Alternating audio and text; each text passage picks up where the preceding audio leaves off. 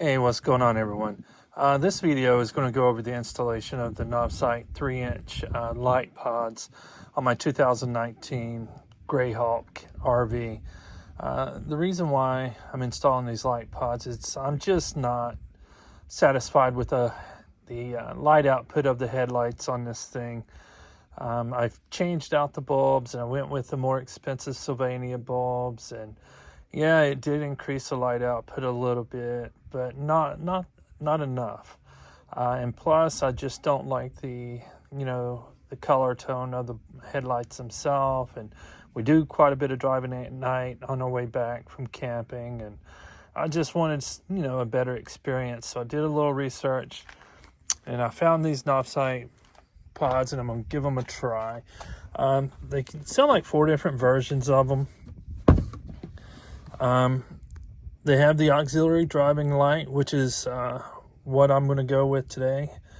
And they have the auxiliary fog light, spotlight, and floodlight versions of this. I got them on, Amazon, and figured I'd give them a shot. They look pretty cool. They're nice looking light pods. I mean, I think they would look sharp on several different types of vehicles. One of the things I really liked about it is they come with the amber lens. It's also got a black protective cover that you can put on when you're not using it. That way, when you're driving down the road, it's protecting it from the rocks that are being kicked up by the vehicles in front of you. It comes with the installation hardware you need.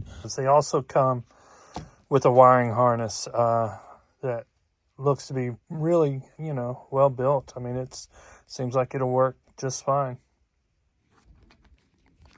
All right, so I'm going to be installing the light pods down here in this opening here on the bumper. As you come down and take a look, we can see, let's take a look here. You've got a couple of holes that are already in the bumper. That's one reason why I'm going to go with the light pods is, the hole's already there. I've seen some folks run a light bar. They'll, come up with a bracket where they can install a light bar. However, as you can see, you got this condenser back here. So I don't want to, disrupt too much airflow through here. I want to get as much airflow through this area as I can to make sure that that condenser has the airflow that it needs. So that's one of the reasons why I'm going with the the light pods. All right. So, however, as you can see, these holes are, on the back side of the bumper here. And if I installed the light pods directly into these holes, the light pods are going to sit too low. So what I'm going to do is those corner brackets that I purchased and drilled out, I'm going to install those here. And then I'll just install, the light pod directly onto that. And that way it leaves all this center area here open for airflow. And hopefully I won't take away too much that's needed for that condenser. All right, so I've got both brackets installed. They both seem pretty sturdy. However, if it starts to vibrate going down the road, I will have to come up with another method to secure them. But I think these will work out because, like I say, they're pretty sturdy. The one thing I also want to mention is these brackets are the galvanized steel. We're going on top of the steel bumper, so we shouldn't have, I don't think we'll have any problems with corrosion. I'll keep an eye on it. But looks like it's going to work. All right, so I've got both light pods installed onto the brackets. Looking pretty good. Okay. Now one of the things I did was it's kind of resting here on the bumper. I'm thinking that will help stabilize it as I'm driving down the road, prevent it from shaking too much. Anyways, that's what I'm hoping will happen. I may end up having to, raise it up a little bit if I am getting too much vibration or if it starts rubbing too much, and you'll be able to tell that as it's driving down the road. All right, so for the wiring harness, the two connectors that connect to the light pods. Let me kind of just step back here. This is the right side of the RV. So as you can tell, you can just drop it. Let's see. Just secured it here with zip tie, dropped it straight down through to the bottom here. Comes down, and you get underneath, and you can just bring it up over this plastic air dam here and bring it on over to your lights. It's simple. Like I say, it just drops straight down. Okay, and now the next step, I guess, would be to, just figure out where you're gonna mount this sucker. Just figure out where here in the engine bay you want to do that. I don't know. I mean, I might just zip tie it to an existing, line that's running through here.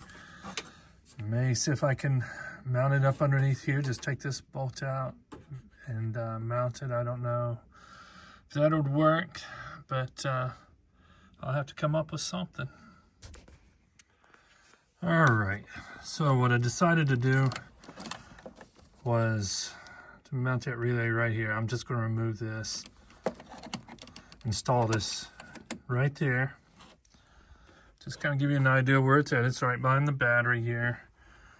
Shouldn't interfere with anything. It shouldn't. I should still have enough threads to put the screw back in, secure everything.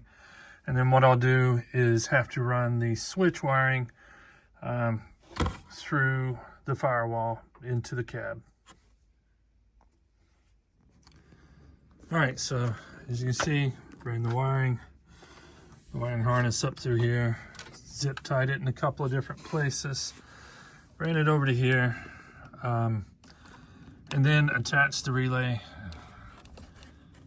to that mounting bracket right there. As you can see, plenty of room, so there won't be any chafing. It's secure. Now the next thing is just run the switch through the firewall into the cab and hook it up. Oh, well, then of course I've got to hook up my leads to the battery. All right, so what I did with the switch, the power it on and off, is I just ran it back here to where the doghouse is. You just stay on the left hand side here, away from anything hot, and then I just removed the doghouse from inside the cab and ran it up. I'll show you that real quick. Alright, so the doghouse has 4 clamps on it. It's got one here and one there, and then 2 on the other side. All you got to do is release those clamps. This part of the doghouse will lift just straight up off of this here. You can lift that up and move it someplace, and then once you have all 4 clamps off or released, then the doghouse just moves. You can just pull it out. So what I did was, once the doghouse was out, I ran the wire up through the corner here with some. It had some wire loom on it already, the thick wire loom on it. So just ran it up to the corner, reinstalled the doghouse. There's a seal that goes all the way around the doghouse. So when you push the doghouse back in, the seal will seal around that wire, so there's no issues. And so what I did was just run the wire all the way across to the driver's side, and then just stuck it right below the light switch over there. Simple, easy install. All right, so that's what they look like installed. Pretty sharp. I'm gonna go ahead and install the plastic caps on, the protective caps.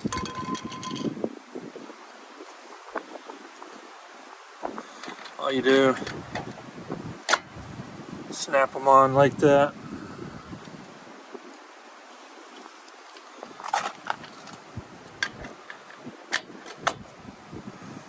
Right, and those caps will protect the lenses as you're driving down the road. Okay, just going to do a comparison video here between the headlights and the new pod lights. Right now, what you're seeing is just the headlights, and that's with the pod lights on. As you can tell, that's a major difference, big improvement. Still, as you can tell, still need to do a little tweaking on the alignment of them, but I think I'm going to be very satisfied with the light output of these pods.